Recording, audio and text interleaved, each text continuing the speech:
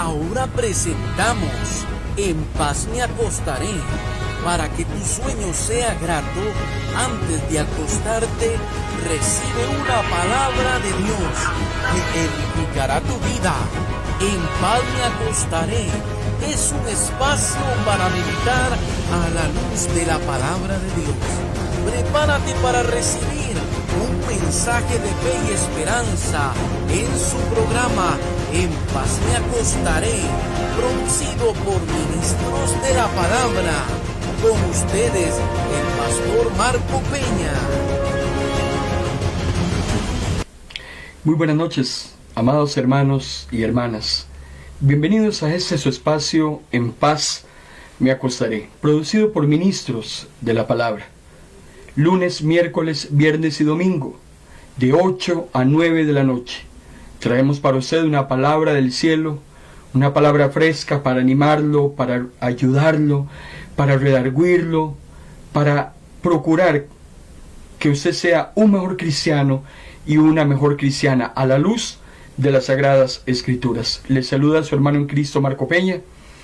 Esta noche de domingo continuamos con el análisis de la biografía del apóstol Pedro.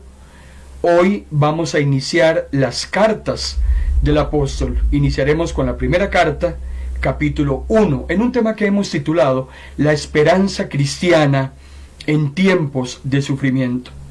Si en esta noche usted está cansado, está bloqueado tal vez, está triste, está enferma, está con alguna necesidad, hay algo en su corazón que le tiene comprimida el alma, esa palabra en esta noche es para usted, es para bendecirle, y esperamos que el Señor sea glorificado a través de la exposición de este mensaje.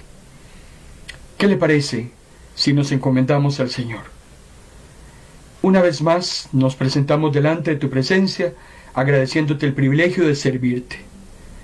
Pedimos, Señor, que todos los corazones que en esta noche estén conectados puedan recibir palabra de lo alto, tu palabra que nunca volverá vacía, sino que siempre viene lista y dispuesta para lo que tú has demandado, decidido, Señor. Gracias por esta noche. Pedimos que tu Santo Espíritu nos guíe a toda verdad. Estamos transmitiendo en vivo por medio de su emisora Vino Nuevo Radio, su emisora web cristiana, y también estamos en video por medio del perfil de Facebook de Ministros de la Palabra. A las 9 de la noche, le reiteramos, ese mensaje queda grabado en este perfil y usted puede volver a repasarlo y también compartirlo con otras personas. Pedro, pescador, discípulo y apóstol. Las semanas anteriores tuvimos la oportunidad de analizar 27 grandes acontecimientos en la vida de Pedro. Recordamos que el nombre de Pedro es el más mencionado en los evangelios aparte del nombre de Jesús. Y nadie habla tanto como Pedro, y Jesús habla más de Pedro que cualquier otro individuo en los evangelios. Sin embargo, Jesús reprendió más a Pedro que al resto de los discípulos, pero también lo elogió mucho más que al resto de los discípulos. Por eso es que hemos dicho que ese apóstol, entre todos los apóstoles, por su carácter, por su forma de ser, es quizás el que más se acerca a usted y a mí. Esos altibajos de Pedrito lo asemejan mucho a su comportamiento, lo acercan mucho a la manera como yo me conduzco. Tenemos momentos muy buenos, hay momentos que no son tan buenos, pero de algo sí estamos claros, y es que el Señor nos tiene en su mano poderosa, igual que tuvo a Pedro. Se compadece de nosotros, sabe de qué estamos hechos y siempre nos muestra su amor. En cuanto a las cartas del apóstol Pedro, las cuales vamos a iniciar en esta noche, recordemos que el apóstol Pedro escribe 2 cartas. Se encuentran casi al final del canon bíblico. La primera de ellas consta de 5 capítulos y la segunda consta de 3 capítulos. Son cartas de carácter general dirigidas a cristianos judíos, pero también a cristianos gentiles. Vean qué interesante, Pedrito escribiéndole también a los que no son judíos. Y también es muy importante anotar que las cartas del apóstol Pedro armonizan plenamente con otros libros de la Biblia, ya que esos libros son citados como la palabra autoritativa de Dios. Hay una armonía y una claridad en cuanto a la autenticidad de la palabra. Es totalmente claro que el apóstol Pedro es el autor de ambas cartas, cartas muy hermosas que vamos a ir desarrollando poco a poco, desde hoy continuando los próximos domingos, y esperamos que sea de gran edificación. La segunda carta del apóstol Pedro, en el capítulo 1, versículo 13 al 15, como para ir entrando en materia, dice el apóstol Pedro textualmente: el Señor Jesucristo me ha revelado que mis días en este mundo están contados y que pronto he de partir. Continúa Pedro diciendo: por ello, mientras viva, vean qué hermoso, es mi obligación hacerles recordatorios como estos, con la esperanza de que queden tan grabados en su mente, que los recuerden aún mucho después de mi partida. Vean qué hermosa declaratoria hace el mismo apóstol Pedro en la segunda carta, no solo demostrando la autoría de estas epístolas, sino lo que Pedro entiende, la obligación, la responsabilidad, el compromiso que tiene el apóstol.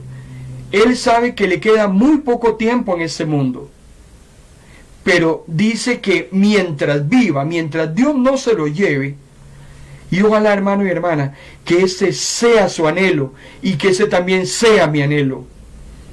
Mientras estemos vivos, hasta el momento en que el Señor diga no más, dice Pedro, es mi obligación hacerles recordatorios, y que esos recordatorios queden grabados en sus mentes, que los recuerden después de que yo me haya ido, que ustedes mediten en esto que les estoy recordando a través de estas epístolas. Por eso es muy importante que usted esté con nosotros en el desarrollo de estas cartas. Hoy hablaremos acerca del sufrimiento. ¿Quién más que el apóstol Pedro, que escribe estas cartas en un tiempo de muchísima persecución, allá por el año 64, 67, cuando Nerón persiguió a la iglesia, donde los martirizó, los tiraba al Coliseo para que los leones los devoraran? La primera carta, que consta de 5 capítulos, como dijimos anteriormente, es escrita para aquellos cristianos que están atravesando duras pruebas. Los siguientes domingos, a partir de hoy, vamos a estar hablando de todas esas pruebas que Dios nos envía a nosotros, además de las tentaciones que se le permiten a Satanás que vengan sobre nosotros y que producen muchas veces sufrimiento de diversa índole, estrechez económica, enfermedades físicas, problemas emocionales, tantas situaciones y aflicciones que tenemos que vivir. Pero la segunda carta del apóstol Pedro, que consta de 3 capítulos, es un poco diferente en cuanto a la temática, porque nos ayuda a usted y a mí, que somos hijos e hijas de Dios, a evitar que nos descarrilemos de la sana doctrina, de la dirección correcta, porque el apóstol Pedro nos va a hablar acerca de muchos falsos maestros que están trayendo torpes enseñanzas diabólicas y engañosas, que lo que quieren hacer es apartarnos de la verdadera ruta. Y muchas de esas enseñanzas y esos falsos maestros los tenemos dentro de nuestras propias congregaciones. Primera de Pedro capítulo 1. La esperanza cristiana en tiempos de sufrimiento. Inmediatamente vamos a la primera carta, capítulo 1, versículo 1 y 2. Pedro, apóstol de Jesucristo, a los que han sido elegidos, que viven como extranjeros esparcidos en el Ponto, Galacia, Capadocia, Asia y Bitinia, que tengan gracia y paz en abundancia, dice Pedro. Dios el Padre los eligió de acuerdo con su propósito y por medio del Espíritu los ha santificado, para que obedezcan a Jesucristo y sean salvados por su sangre. Hay varias consideraciones muy importantes en estos primeros 3 versículos de la primera carta del apóstol Pedro. Primero inicia con un saludo. Y antes del saludo, Pedro aclara que él es apóstol de Jesucristo. Pero al final de esos 3 versículos nos habla de la elección que Dios ha hecho con usted y conmigo, de acuerdo a un propósito específico en el cual usted y yo estamos involucrados. Tenemos que entender y tenemos que llevar a cabo. Pero muy importante, el apóstol Pedro nos habla acerca de la obediencia para obtención de la salvación. Primero que nada, apóstol. Cuando vamos a ir desarrollando poco a poco estas cartas, usted tiene la posibilidad de leerlas, usted aprecia el gran cambio que ha tenido el apóstol Pedro en su vida.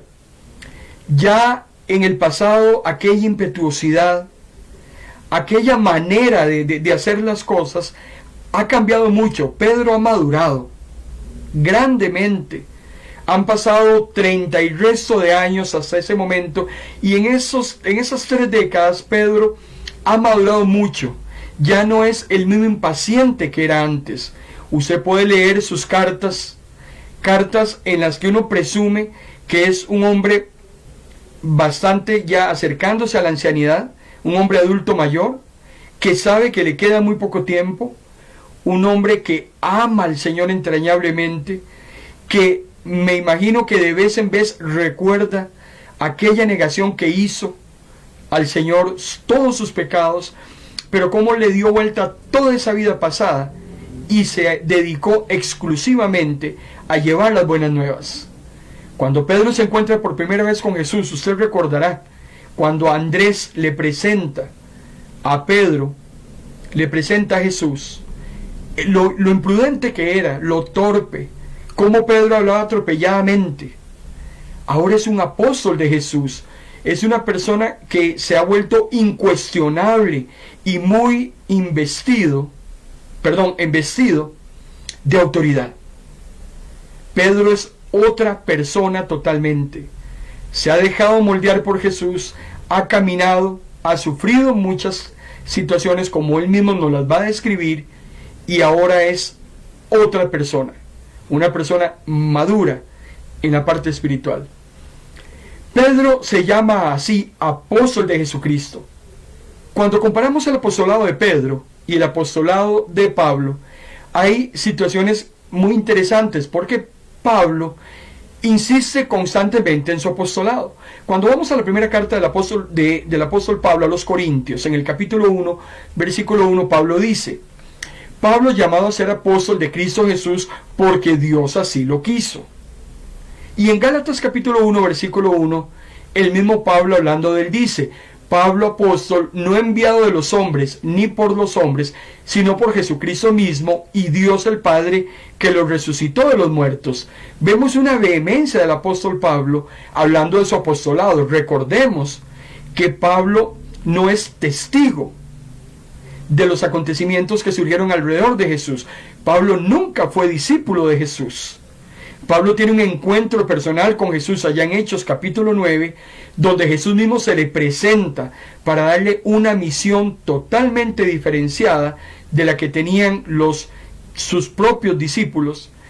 Jesús llama directamente a Pablo y lo lleva a hacer viajes misioneros para predicar en muchas naciones que no eran judías. Sin embargo, cuando usted ve a Pedro hablando de su apostolado, Pedro no lo justifica, y aún más el apostolado de Pedro nunca fue cuestionado. Entonces tenemos claro que Pedro es un apóstol, un enviado. Eso quiere decir apóstol, un testigo de todo lo que ocurrió alrededor del ministerio de Jesús aquí en la tierra. Algunos aspectos relevantes de la carta de Pedro, aparte del tema de la persecución, que fue un momento muy sangriento, muy triste, muy difícil para los cristianos, es interesante también hacer notar que Pedro mismo sufre ese martirio en la época de Nerón, y por eso es que su primera carta está muy permeada de todos los sufrimientos que tienen que vivir los creyentes hasta el día en el que el Señor venga por segunda vez por su iglesia. Por eso es que usted y yo, al igual que Pedro, y al igual que los cristianos de los años 60 después de Cristo, no estamos exentos también de padecimientos, de enfermedades, de angustias, de tristezas, de tribulaciones, de aflicciones, de muchas situaciones que tenemos que atravesar, que no las entendemos, que quisiéramos tener todas las respuestas, pero que simplemente el Señor nos llama a que confiemos en Él, porque al final de los finales Él nos va a dar la victoria. El tema de la primera carta, el gran tema de esa primera carta, es la esperanza cristiana en tiempos de sufrimiento. Vamos a encontrar la palabra sufrimiento mencionada en esta carta alrededor de 16 veces, apenas en 5 capítulos. Pedro expresó de su tremenda y hermosa experiencia en las aflicciones. Pedro padeció mucho también por la causa de Cristo. Dios ya se lo había adelantado. Por eso es que una cosa es hablar cuando no hemos estado viviendo las situaciones, pero cuando tenemos la autoridad de hablar de algo porque lo hemos vivido, es otra cosa totalmente diferente.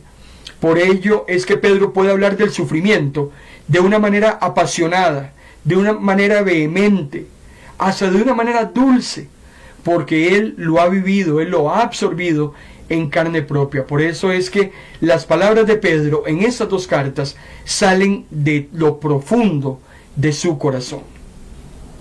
Los primeros 3 versículos de la primera carta de Pedro habla acerca de la elección que Dios ha hecho en hombres y en mujeres, como lo ha elegido a usted y me ha elegido a mí. Ahora, la pregunta que nos hacemos en esta noche, amado hermano y hermana, ¿cómo sabemos si usted y yo somos elegidos? ¿Cómo sabe el hombre y la mujer que Dios le ha elegido? Porque primero que nada, lo que tenemos que entender es que existen 2 grandes grupos. En primer lugar, los que creen y los que no creen. Para empezar, el concepto de separación, el que cree y el que no cree. Ahora, si usted considera que es del grupo de los que creen, yo le pregunto en esta noche, ¿usted se ha convertido en una persona obediente a lo que Dios le ha pedido que haga? ¿Es Cristo realmente su Señor? Porque una cosa es que Él sea nuestro Salvador. Claro que sí. Un día hicimos una profesión de fe, aceptamos al Señor Jesús como suficiente y único Señor, Salvador. Le permitimos que fuera el Salvador de nuestras vidas. Pero hacerlo Señor es otra cosa muy diferente. Porque a partir de ese momento, cuando yo lo declaro mi Señor, yo estoy rindiendo mi vida en 100% para que Él haga conmigo lo que Él crea que es lo mejor. Y ya no vivo yo, sino que es Cristo el que vive en mí. Le pregunto, ¿hace usted lo que quiere o lo llama la voluntad de Dios para su vida? ¿Usted hace lo que Él quiere que Él haga? Si usted verdaderamente le pertenece, si usted ha sido elegido o elegida, una de las cosas que tenemos que entender en esta noche es que tenemos que ser obedientes a Él. Más adelante Pedro, en la primera carta, pero ya en el capítulo 2, que lo vamos a ver más adelante, Pedro va a hacer una ampliación acerca de lo que es ser un elegido o elegida de Dios. Y prácticamente lo cambia, le mueve el significado, y prácticamente la elección que Dios hace con usted y conmigo se convierte en un llamado. Primera de Pedro capítulo 2 versículo 9, podemos ir de una vez al versículo. El apóstol Pedro dice, ustedes han sido o son, hablando en presente, ustedes son un pueblo elegido por Dios, sacerdotes al servicio de un rey, una nación santa, un pueblo que le pertenece a Dios. Ahora, ¿para qué? Porque lo que hemos visto hasta este momento es la elección soberana de Dios, lo que podríamos llamar la predestinación de Dios sobre su vida y sobre la mía. Sacerdotes al servicio del Rey, pueblo elegido por Dios, nación santa, un pueblo que le pertenece a Dios. ¿Pero para qué? Y el apóstol Pedro aclara, continuando la lectura del versículo 9 del capítulo 2 de su primera carta, dice que nos ha elegido para que anunciemos las poderosas obras de aquel que los llamó a salir de la oscuridad para entrar a la luz maravillosa. Esa elección que Dios ha hecho con usted y conmigo es para que vayamos a decirle al mundo que así como nosotros pudimos salir de la oscuridad, el mundo también allá afuera puede salir de esa oscuridad y permitirle que, al igual que a usted y a mí, Cristo alumbre sus vidas. Ese es el concepto claro de por qué es que Dios lo ha elegido a usted. Dios no lo eligió a usted por bonito. Dios no lo eligió a usted por su dinero. Dios no la eligió a usted por ser la más inteligente. Dios la ha elegido a usted para que le cuente al mundo las maravillas que Él ha hecho en su vida y lo que Él puede hacer también en otras vidas que se rindan a Él. Pedro le escribe a extranjeros que viven conscientes de su verdadero hogar. Recordemos que la nación de Israel, muchos creyentes estaban dispersos. Aún más estas persecuciones que se dieron por parte de varios emperadores romanos sirvió para que los cristianos se dispersaran y llevaran las buenas nuevas. Entonces el apóstol Pedro también aprovecha esta carta para reconfortar a aquellos que están expatriados. Hermano y hermana, la persona que por necesidad, por obligación, por persecución, ha tenido que ser exiliada, ser arrancada de su lugar de origen, podrá entender realmente lo que Pedro quiere decirnos. No es lo mismo vivir en el confort de su país, con todo lo hermoso que se vive, a tener que salir huyendo y ser recibido en otra nación. Los cristianos habían tenido que salir corriendo, dejar todo botado, precisamente por la persecución del Evangelio, pero también eso había sido necesario para que también las buenas nuevas fueran extendidas. Hay una epístola del siglo II de un hombre que se llamó Diogneto.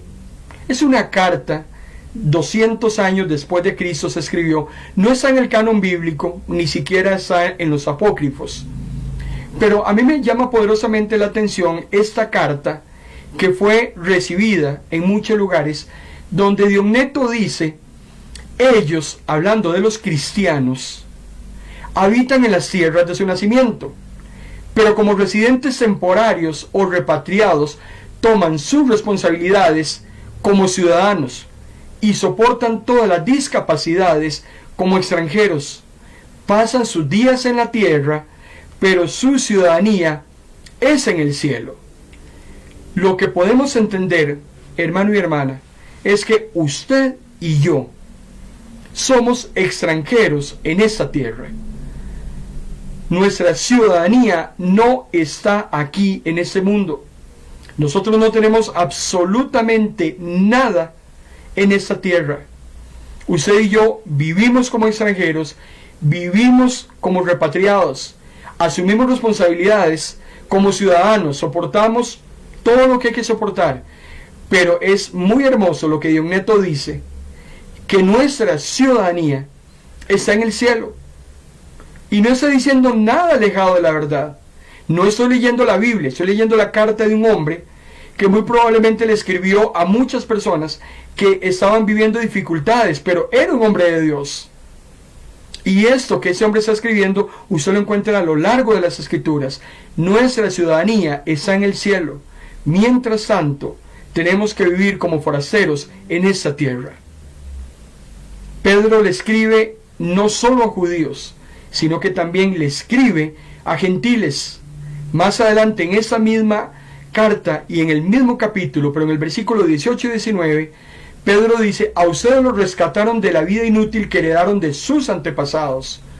Su rescate, vean qué hermoso. Su rescate se pagó con la preciosa sangre de Cristo, que fue como un cordero sin mancha y sin defecto.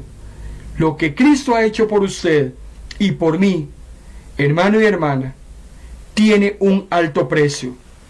Es una lástima que el hombre y la mujer que ya están allá afuera, que andan descarriados, que andan viviendo conforme a su propia voluntad, inmersos en sus vicios, inmersos en su rebeldía, inmersos en sus concupiscencias. Es una lástima que esas personas no les haya amanecido, no les haya llegado la luz, el entendimiento y el agradecimiento a Dios por ese gran sacrificio que hizo Cristo en la cruz del Calvario por toda la humanidad. Y es que, como nos dice Pedro, se pagó ese rescate con un alto precio, nada más y nada menos que con la propia sangre de Cristo derramada en la cruz. Es un alto precio el que se pagó y que no deberíamos pasar por alto. El mismo Pedro, en la primera carta, en el capítulo 2, versículo 10, Pedro dice: ustedes antes ni siquiera eran pueblo. Hermano y hermana, nosotros antes de venir a Cristo no éramos nadie, totalmente abandonados. Pero dice Pedro que desde el momento en que venimos a Jesús, ahora somos el pueblo de Dios. Dios antes no había tenido compasión de nosotros, dice Pedro, pero ahora ya nos tiene compasión. Es muy diferente el antes y el después para los hijos e hijas de Dios. Lo que éramos antes es como muchos que andan hoy totalmente descarriados, pero lo que somos ahora en Jesús definitivamente ha marcado nuestras vidas, y lo único que podemos hacer es rendirnos a Dios en agradecimiento por lo que Él ha hecho en la vida de cada uno de nosotros. Por eso es que Pedro, en su primera carta, en el capítulo 1, versículo 3, nos dice: alabemos a Dios, Padre de nuestro Señor Jesucristo, porque su misericordia es grande y nos ha hecho nacer de nuevo por medio de la resurrección de Jesucristo. Algo que todo hombre y toda mujer debería hacer en este momento es ser agradecidos con Dios. De las cosas que a mí me molestan enormemente son las personas mal agradecidas. Cuando usted se lleva ese bocado de pan a su boca, un bocado que usted no produjo, porque si usted me dice que es producto del salario que usted se ganó con el esfuerzo de esa quincena, lo primero que le voy a decir a usted, hermano y hermana, es que ese esfuerzo, para que usted pudiera cumplir su tarea y le pagaran ese salario por esa tarea ejecutada, el esfuerzo que usted puso, el empeño, la inteligencia, la tecnicidad de la acción que usted desarrolla en esa compañía, eso ha venido por misericordia de Dios. Dios se lo ha dado a usted, porque Él es el dador de todas las cosas. Que nunca se le olvide reconocerle y agradecerle a Dios que lo que usted es y lo que usted tiene, todo se lo debe a Él. Nosotros no producimos nada, no creamos nada. Nosotros simplemente somos mayordomos, administradores de las cosas que Dios nos ha dado. Pero si hay algo que tenemos que hacer en esta noche, es agradecerle a Dios por sus bondades.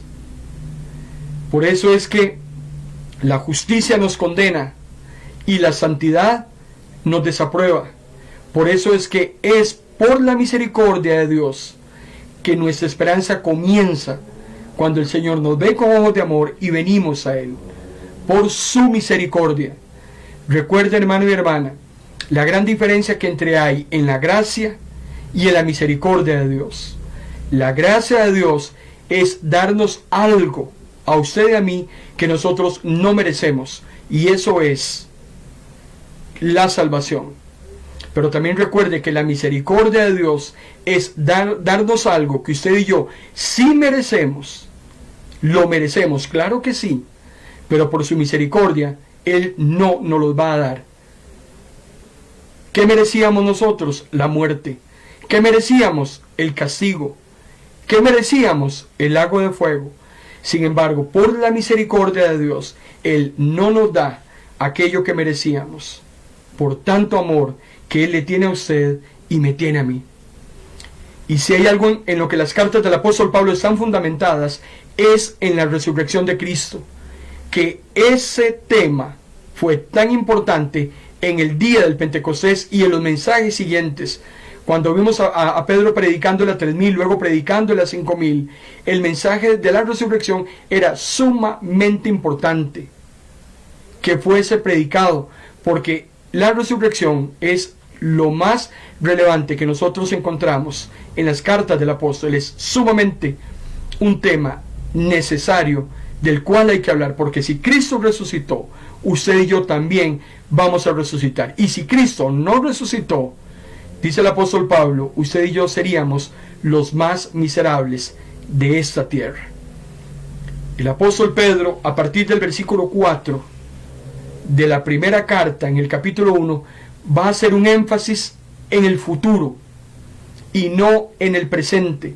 Muchos de nosotros estamos afianzados, afincados, amarrados al presente, amarrados a nuestra belleza, amarrados al dinero que tenemos en el banco. Muchos vivimos en el presente amarrados al trabajo que tenemos, amarrados a la familia que Dios nos ha dado, no entendiendo que tenemos que ponerle más énfasis.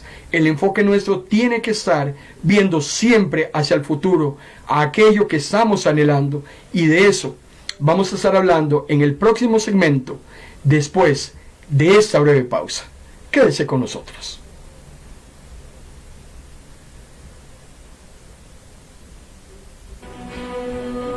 Esta señal es de Pino Nuevo Radio.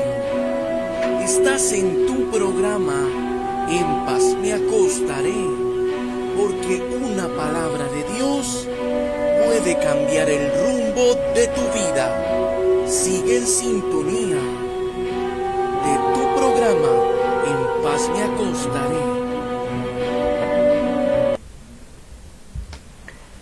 Damos gracias a Dios por todos aquellos hermanos que nos están reportando su sintonía a través de nuestras diferentes plataformas.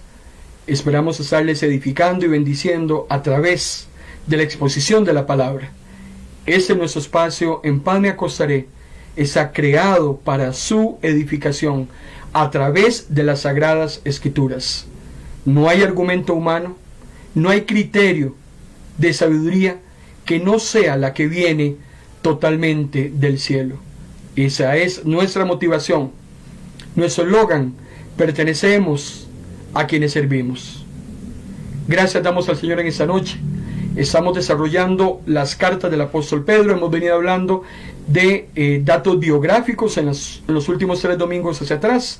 Hoy estamos iniciando la primera carta, capítulo 1, y en este momento nos concentramos en el versículo 4 y 5 de la primera carta. El apóstol Pedro hace un énfasis en el futuro, no en el presente.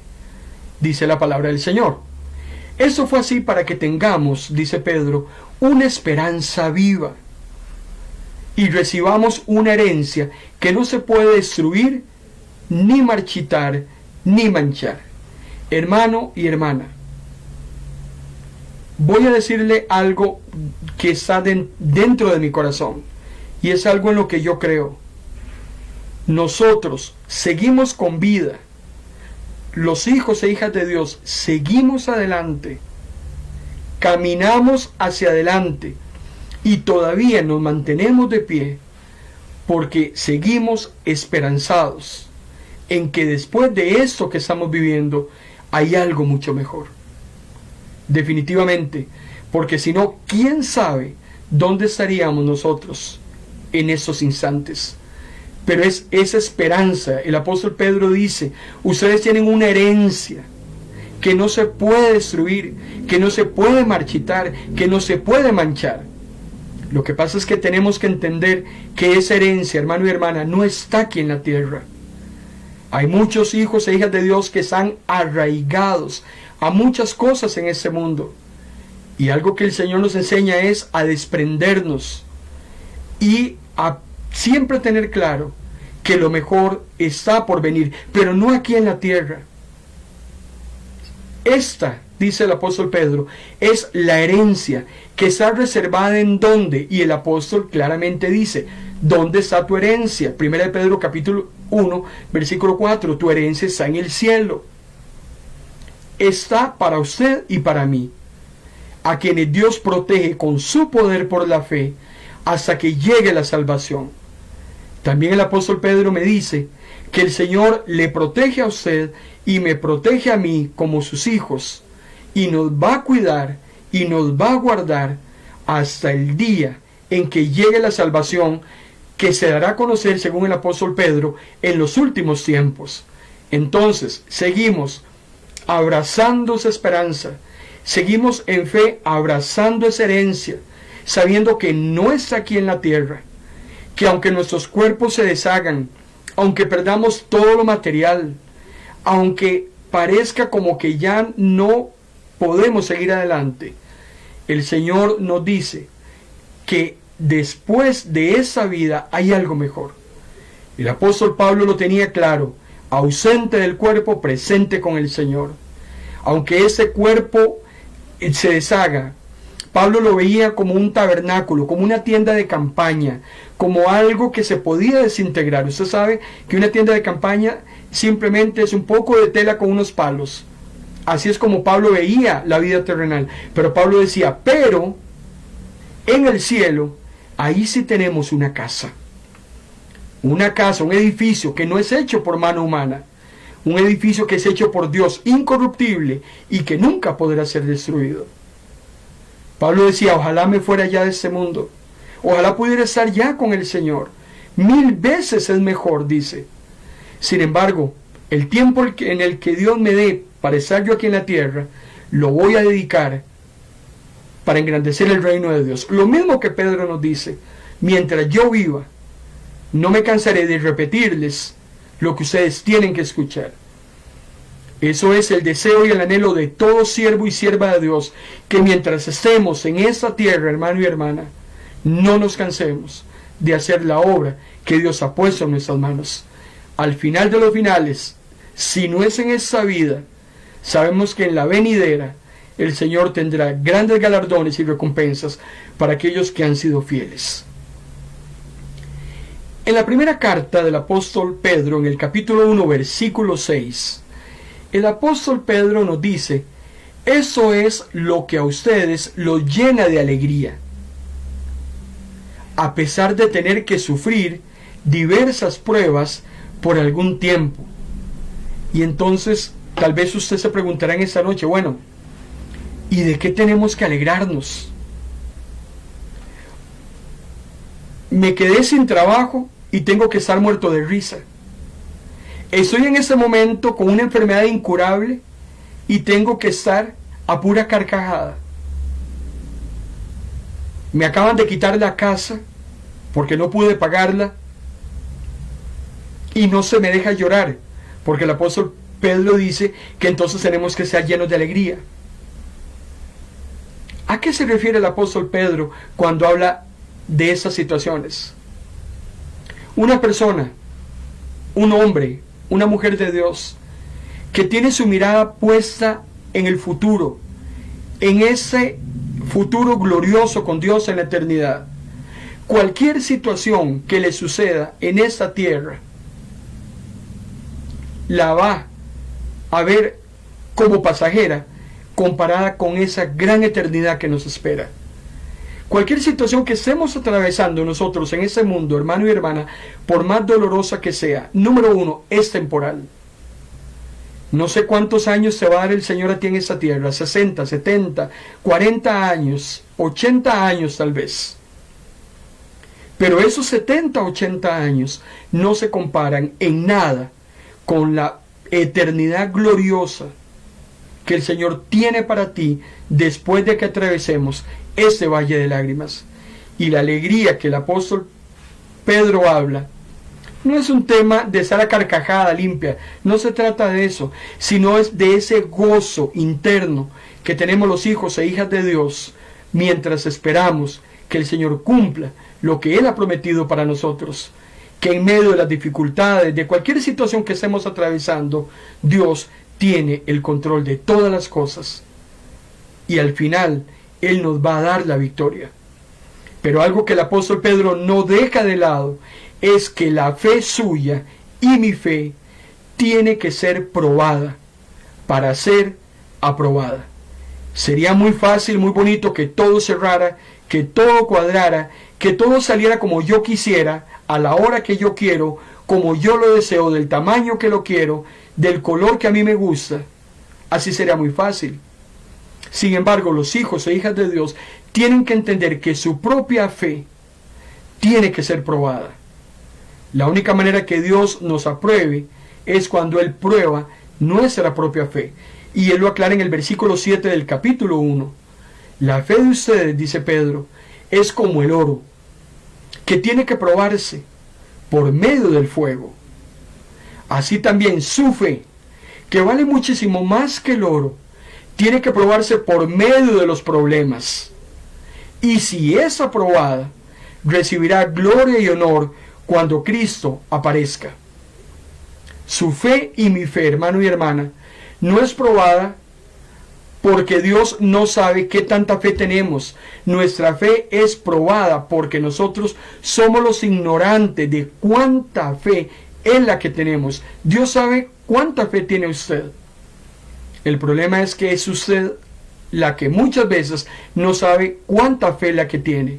Y por eso es que el Señor trae a nuestras vidas esas pruebas para ver de qué están hechos sus hijos y sus hijas. Porque a través de las pruebas, hermano y hermana, aprendemos muchísimas cosas en el Señor. A esperar en Él, a depender de Él, a cambiar maneras y pareceres de hacer las cosas.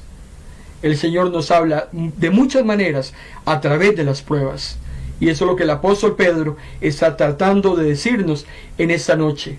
Su fe vale mucho más que el oro, pero tiene que probarse a través de problemas. Si no hay problemas, si usted no vive aflicciones, si usted no vive en tribulaciones, si todo es color de rosa en su vida, hermano y hermana, más bien preocúpese. Porque los hijos e hijas de Dios constantemente estamos sometidos a diversidad de situaciones. Así es. Ahora, usted y yo también tenemos totalmente claro que una cosa son las pruebas y otra muy diferente son las tentaciones. Usted puede revisar nuestra parrilla de mensajes en nuestro perfil de Facebook. Hay un tema que hemos titulado las pruebas y las tentaciones. Son dos cosas diferentes. Dios no nos tienta.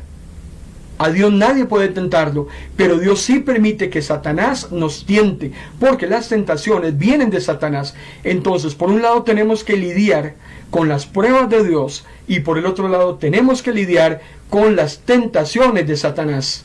Vean qué interesante. Entonces, por un lado Dios nos prueba, y por el otro lado Satanás nos tienta.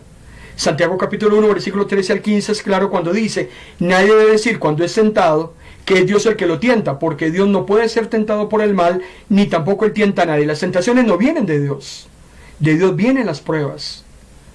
Pero Dios sí le permite a Satanás que nos tiente.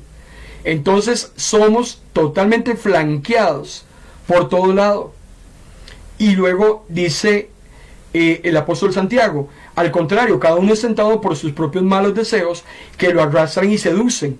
Los malos deseos dan a la luz el pecado, y después, cuando el pecado se desarrolla completamente, da a luz la muerte. O sea, es una lucha las 24 horas. Usted luchando contra su propia carne, luchando contra todo lo que el mundo le ofrece, y teniendo al peor de sus enemigos a la par, que es Satanás. Hermano y hermana, nadie dijo que esto iba a ser fácil, porque la vida cristiana no es fácil. Y algo que me gusta mucho de Jesús es que Él no engaña a nadie. Jesús habla de un camino angosto, Jesús habla de una calle estrecha, una calle pequeña, donde son muy pocos los que pueden accesar este camino y esta puerta que llevan a Dios. Pero hay una puerta ancha, hay un camino espacioso, que todos los que entran en él, y que van a hacer mucho más, van a ir a dar directo al lago de fuego. La vida cristiana es muy difícil, pero vivir sin Cristo, hermano y hermana, es peor. El mismo apóstol Pedro le dijo a Jesús: Señor, ¿a dónde vamos a ir?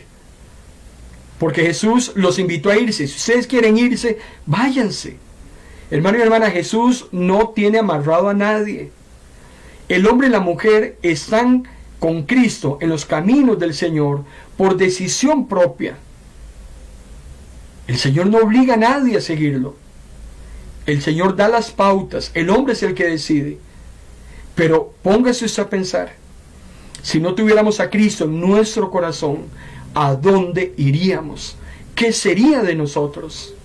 No logro ni pensar estar un día lejos del Señor. Es inconcebible para los que hemos conocido al Señor, para los que hemos caminado con Él. No nos pasa por la cabeza dejar al Señor de lado y seguir perdiéndonos en el mundo como tantos se están perdiendo. Las pruebas que usted y yo pasamos provienen de Dios y son utilizadas para probar nuestra fe. Tienen un propósito. Todas las pruebas tienen un objetivo divino. Dios no nos envía pruebas porque no tiene nada mejor que hacer. Dios no le envía pruebas para reírse de usted cuando usted está llorando. Jamás. Todo lo que Dios trae a su vida tiene un propósito divino. Y a través de esas pruebas, Dios nos enseña a reconocerlo a Él como nuestro Dios, a reconocer esos errores que cometemos y aprender también de ellos. Pero las tentaciones, eso sí proviene de Satanás. Las tentaciones, usted lo sabe, son cotidianas, impredecibles. ¿Y cuál es la finalidad? La finalidad de las tentaciones es alejarnos de Dios. Vean qué hermoso. La diferencia más radical entre una prueba y una tentación es que la prueba me acerca a Dios. La tentación me aleja de Dios. Porque lo que Satanás quiere es que usted y yo caigamos de su gracia y que nos separemos de su presencia. Eso es lo que Él quiere. Pero a través de las pruebas, Dios nos acerca más a Él. Nos hace más dependiente de Él. Nos enseña cuánto nos ama. Continúa el apóstol Pedro en la primera carta, capítulo 1, versículo 10 al 12, y nos dice: los profetas estudiaron cuidadosamente acerca de esta salvación. Ellos anunciaron la gracia reservada para ustedes. Querían descubrir a qué tiempo y a qué circunstancias se refería el Espíritu de Cristo que estaba en ellos, cuando de antemano les hizo saber por lo que Cristo sufriría y la gloria que vendría después de esos sufrimientos. Es muy importante que usted subraye esta frase: la gloria que viene después de los sufrimientos. A ellos se les hizo saber, dice Pedro, que no se estaban sirviendo ellos a ellos mismos, sino que los servían a ustedes. Los profetas hablaban de las cosas que ahora les han anunciado a ustedes. Hermano y hermana, sin sufrimiento, sin dolor, no hay gloria. Los que hacen ejercicio físico tienen la claridad de que si aquel ejercicio que hicimos dolió, nos magulló, por decirlo de alguna manera, si ese ejercicio que hicimos nos comprimió todo el cuerpo, que no nos aguantamos ni solos, ese ejercicio sirvió de algo. Porque sin sufrimiento y sin dolor no puede haber gloria.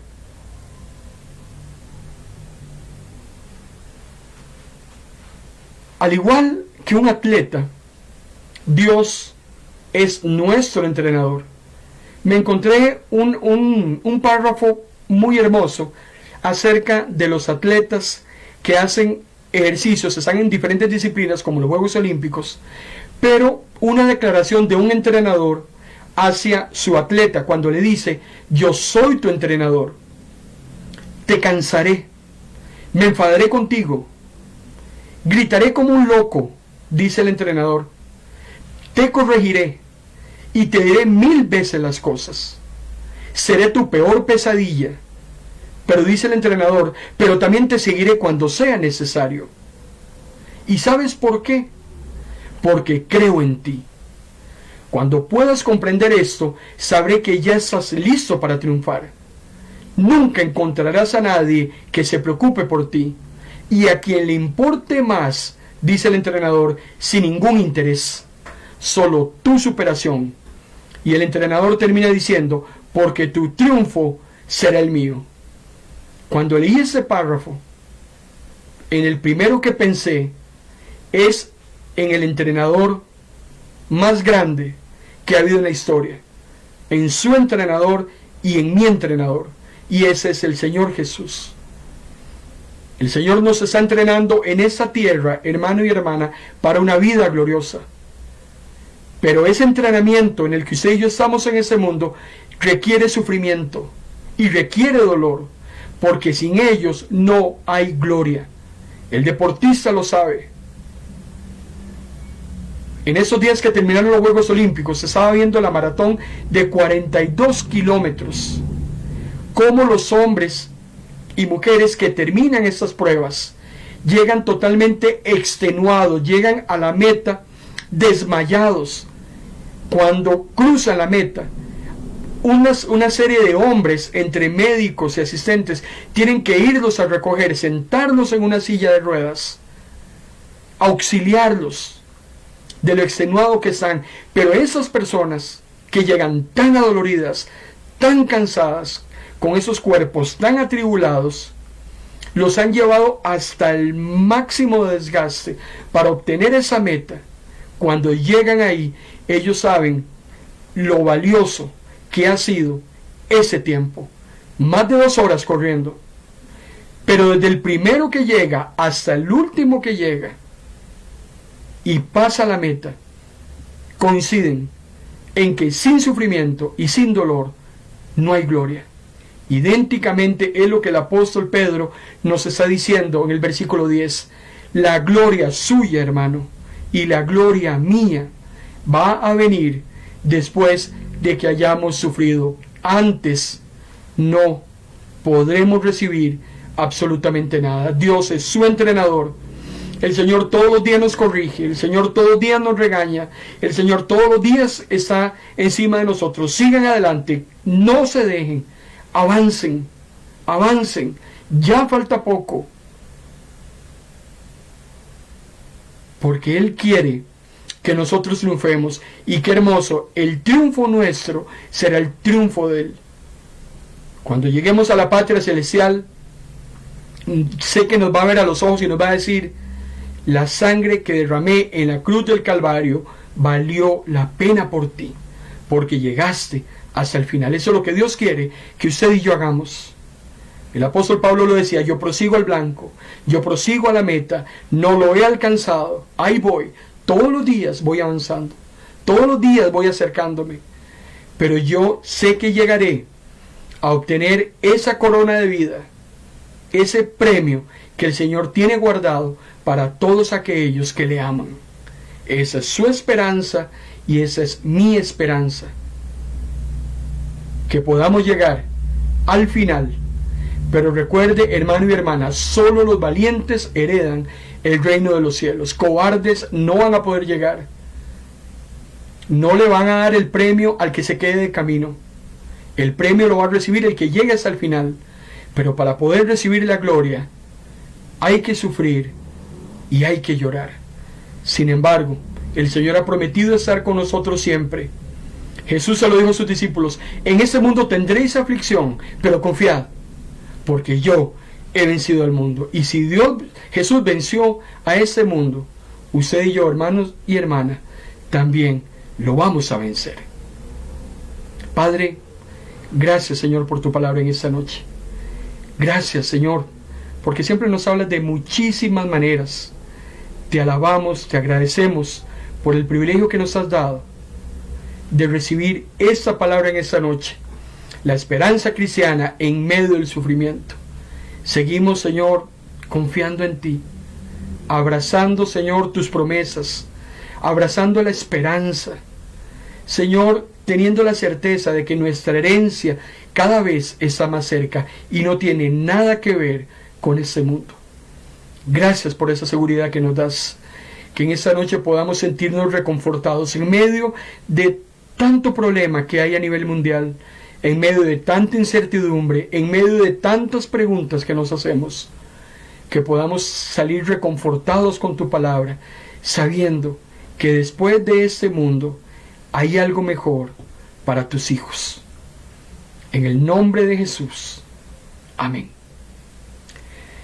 Quédese con nosotros en esta su emisora Vino Nuevo Radio, su emisora cristiana, en la cual hemos elaborado una parrilla de programación para bendecir su vida. Si Dios lo permite, mañana lunes estaremos hablando de Jesús. Todos los lunes hablamos de Jesús. Mañana no será la excepción. Y mañana vamos a estar hablando de Jesús como el hacedor de milagros. 250 acontecimientos en la vida de Jesús. Mañana vamos a hablar de una serie de milagros que se vinieron en cascada, en la cual Jesús también demostró su amor por las necesidades integrales del ser humano. Jesús predicaba, interesado en la parte espiritual del ser.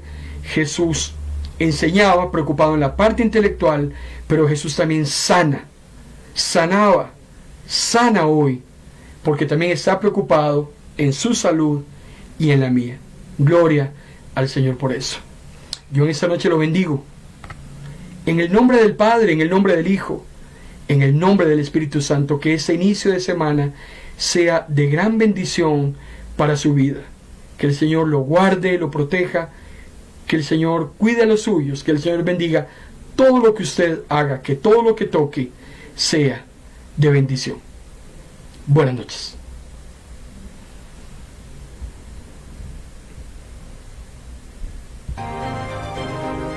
Hemos presentado en Vino Nuevo Radio su programa En Paz Me Acostaré, un espacio con buena palabra que cambiará tu vida, porque la palabra es viva y es eficaz, y más cortante que toda espada de doble filo.